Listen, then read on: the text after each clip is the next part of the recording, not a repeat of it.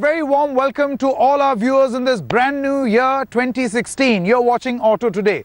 Well, what is your New Year resolution? My New Year resolution is that I should have a round the world tour in a Land Rover Discovery. Land Rover? Are you listening?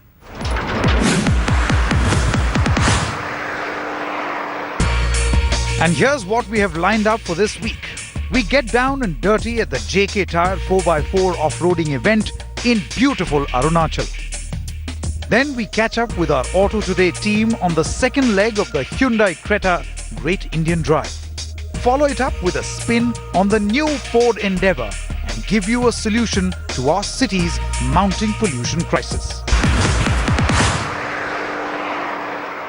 Now, nestled in the far corners of Arunachal Pradesh is a small town called Dambuk, where a bunch of mean and mad off-roaders have gathered to stir up a storm. Let's take you straight to the JK Tyre Orange 4x4 Fury.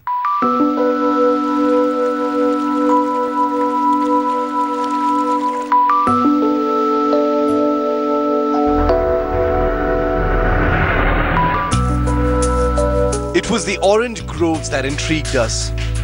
Arunachal has them, hillsides full of them, did you know? But this was no trip through the orchard.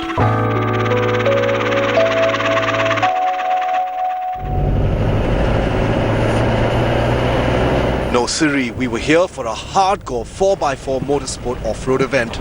The JK Tyres 4x4 Orange Fury.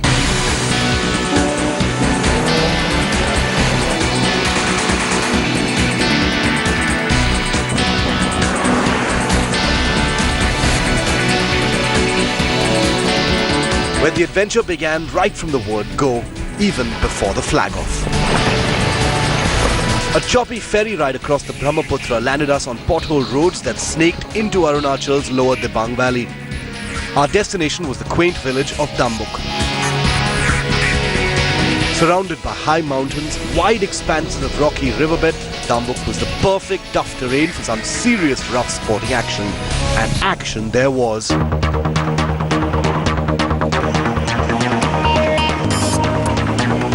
2016s from across the country with vehicles ranging from the old faithful Maruti Gypsy to bulky SUVs with sprightly quads rolled down into the Sisa River to start off with the first obstacle course.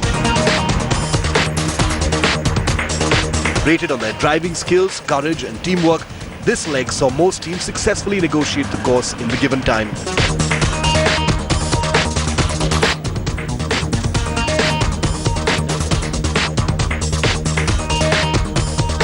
The second course, spread across the Sine riverbed, was no different. Spinning wheels, grit, steep downhill section, cars hauled with winches and perfect coordination between team members.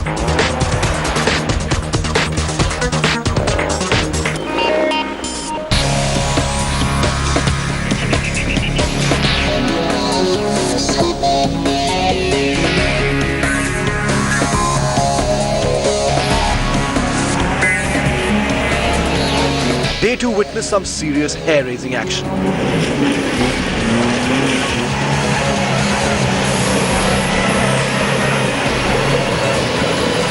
400-meter circuit across the Dibang River.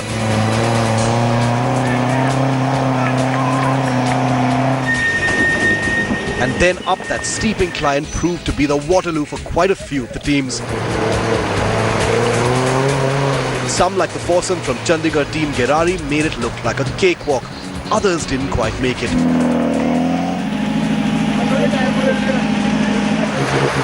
Grounded in deep water, broken axle,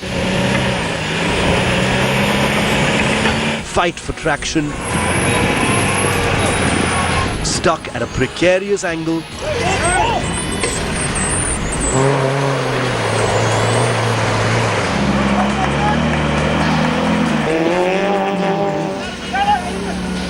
But try they all did, and it was all that off-road motoring ought to be. Precise, practice teamwork and adrenaline-pumping endeavour.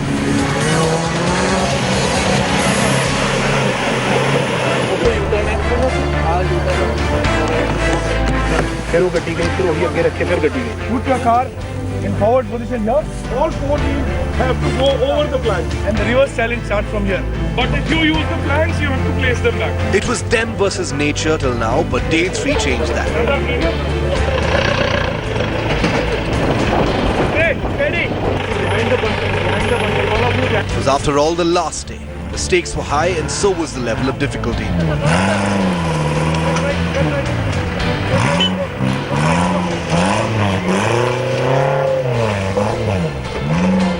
5 man-made obstacles stood between the teams and the trophy.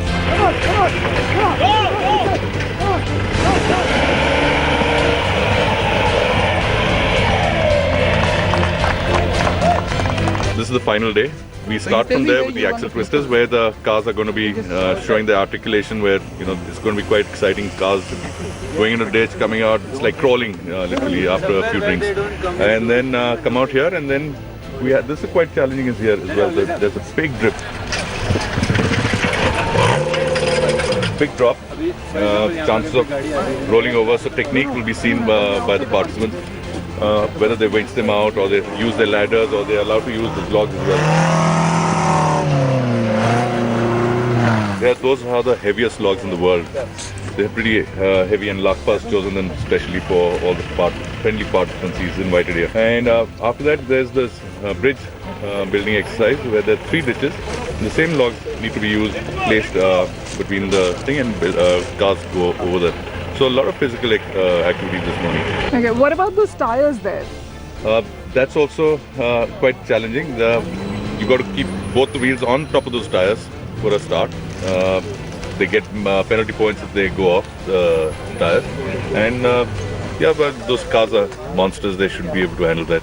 Are you okay with both cars crossing or one car? And as the teams chalked up their game plan, we checked up on them. Looks tough. Yeah, it looks really tough. Things are like, let's do it. Good track. What about that huge ditch that I keep everyone talking about? Not a problem. Not a problem.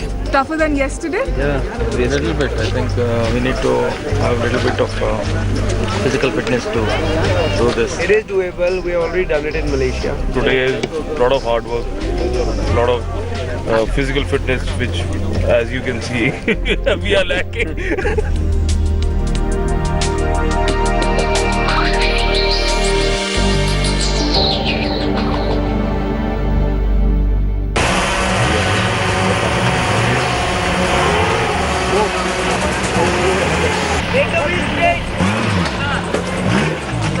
And what a roller coaster this was.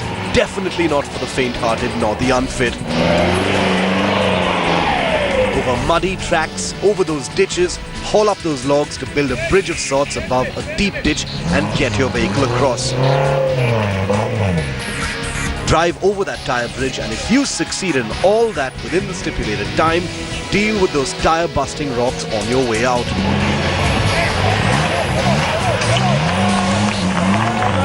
While the Kirari boys from Chandigarh clinched the top trophy and first runner-up position in the open competition, 2 local teams dazzled up the Northeast category.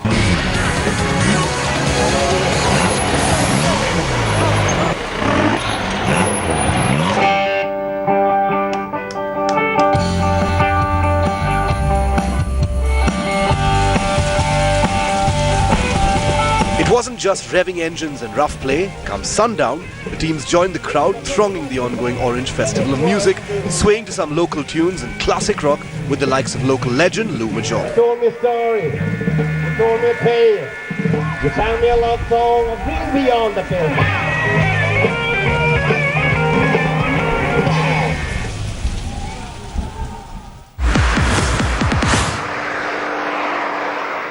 Now, in the first part of the Great India Drive in the Hyundai Creta, our boys were left huffing and puffing as they came down from the dizzying mountains of the north. They finally managed to reach Delhi, but the boys decided to push the limits, and that is why they took the Creta onto its second leg, the journey right up to Sikkim.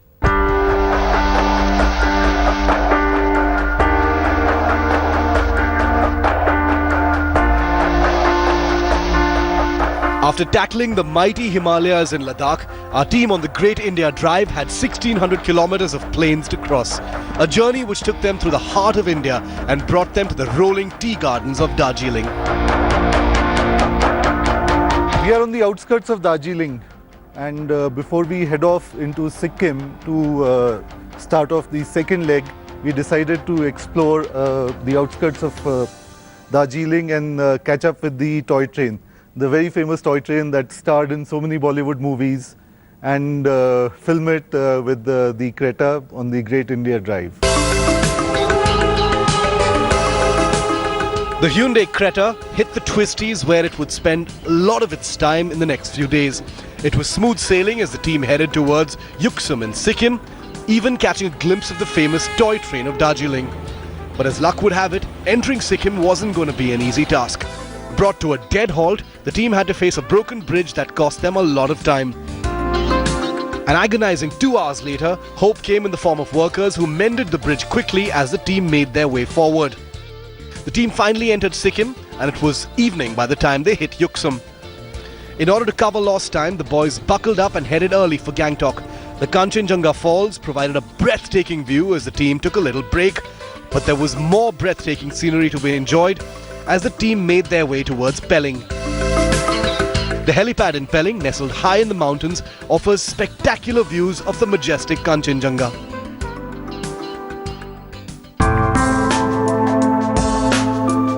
A visit to the Pema Yangtze monastery was a must before heading off to Ravangla, where they would stop to visit the Buddha Park and Gonjang monastery. The team entered Gangtok by 6 in the evening, and along the way, the Creta's sheer capabilities became apparent. Bad roads were aplenty, but the compact SUV with its capable suspension kept the guys in adequate comfort. The next morning saw the team have an earlier start than usual to cover the sights and sounds of Gangtok. The Rumtek monastery was originally built in the mid-1700s and is the largest in Sikkim today. What you see behind me is Gangtok, the capital of Sikkim. A beautiful city and one of the biggest I've seen, one of the biggest hill stations I've seen actually. It is remarkable for its cleanliness and the friendliness of its people. We've had a great time exploring Sikkim for the last few days, and I'm heading back to Delhi, and taking over from me will be Kshitij, who will continue the Great India Drive with the Hyundai Creta forward. In the next leg of the Great India Drive, a new member enters as the team start the third leg of the journey, entering the mystic lands of Bhutan. Now let's do a little bit of a trick thingy here. I'm deliberately, on purpose, standing in front of the logo of this machine right behind me. Now, any guesses what this car is? Look at the headlamps, look at the grille. No? Well, I won't keep the suspense going on. Let me move aside and show you what this company is up to. Yes, Ford, the American giant, after successfully launching the Ford EcoSport, has suddenly realized about its original SUV. This is the Ford Endeavour, the 2016 Ford Endeavour, and Kshitij Sharma took a spin of this beast. You know where? In the jungles of Thailand.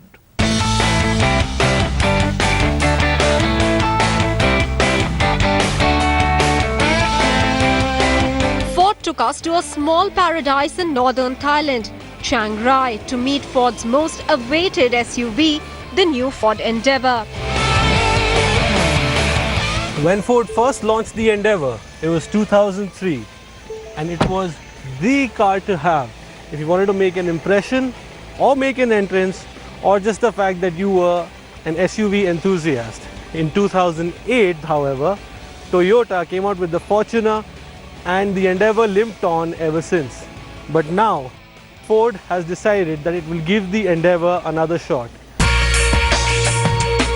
The new Endeavour now looks like a full-blown SUV. The front spots a Butch hexagonal 3-slat grille with Mustang-esque headlamps on either side. And it's hard to miss the massively flared wheel arches. The car sits on brushed aluminium, diamond-cut wheels adorning chunky tires. The interior is dripping with luxury. Leather adorns most of the cabin, including the dashboard, seats and the steering wheel. It also gets the new Sync 2 system with a touchscreen interface and will also feature an Indian accent. The seats are comfortable and the cabin inside feels plush. There is climate control for the rear passengers with vents on the roof, which also houses a panoramic sunroof. The third row is electrically foldable, though it's only for kids.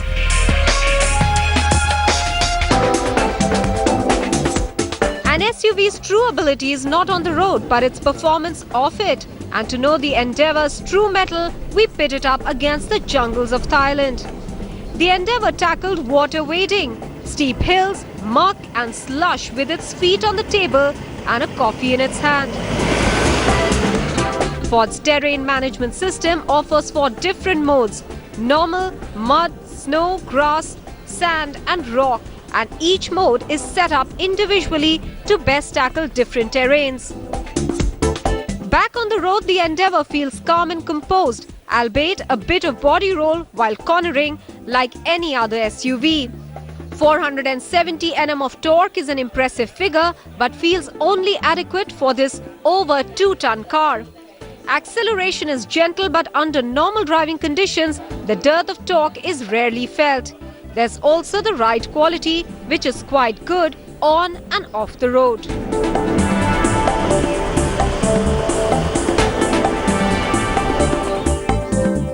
We've been driving the Everest, or the Endeavour as it will be called when it comes to India 6 months down the line, for almost the entire day. I will not beat around the bush here and come straight to the point. The point is that this car has left us quite impressed. It's comfortable, it rides well, and it handles like a Ford should. But the critical point here, and that will matter the most, is what will it be priced at? With all the technology like the terrain management system, the reworked suspension and the engine could get the price a little higher. Maybe even a tad higher than its main competition, the Fortuner. But even then, this will be quite a value for money car. Now, with pollution levels and the suspended particulate matter looking in cities almost like this, one really wonders that the time has in fact come to shift to certain eco-friendly vehicles, to do your bit. Well, take a look at these options. The only all-electric vehicle available in India is the Mahindra E20. Just plug it in, leave it for a few hours, and you are good for 80 kilometers. But what's more important is the fact that there is zero emission. If you thought eco-friendly couldn't be stylish or luxurious, then take a look at Toyota Camry Hybrid. It uses an electric motor when you are trotting in traffic, but when you put your foot down, a 2.5-litre engine will kick in. That is still saving the environment where it matters the most. Possibly the most famous hybrid and the first widely sold eco car, the Prius, averages a combined efficiency of approximately 25 kilometers per litre from its electric and petrol motor.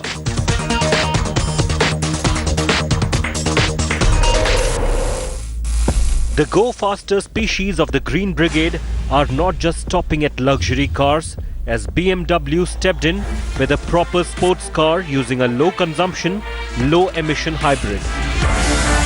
It has a range of 530 kilometers, which is unheard of among gas-guzzling supercars.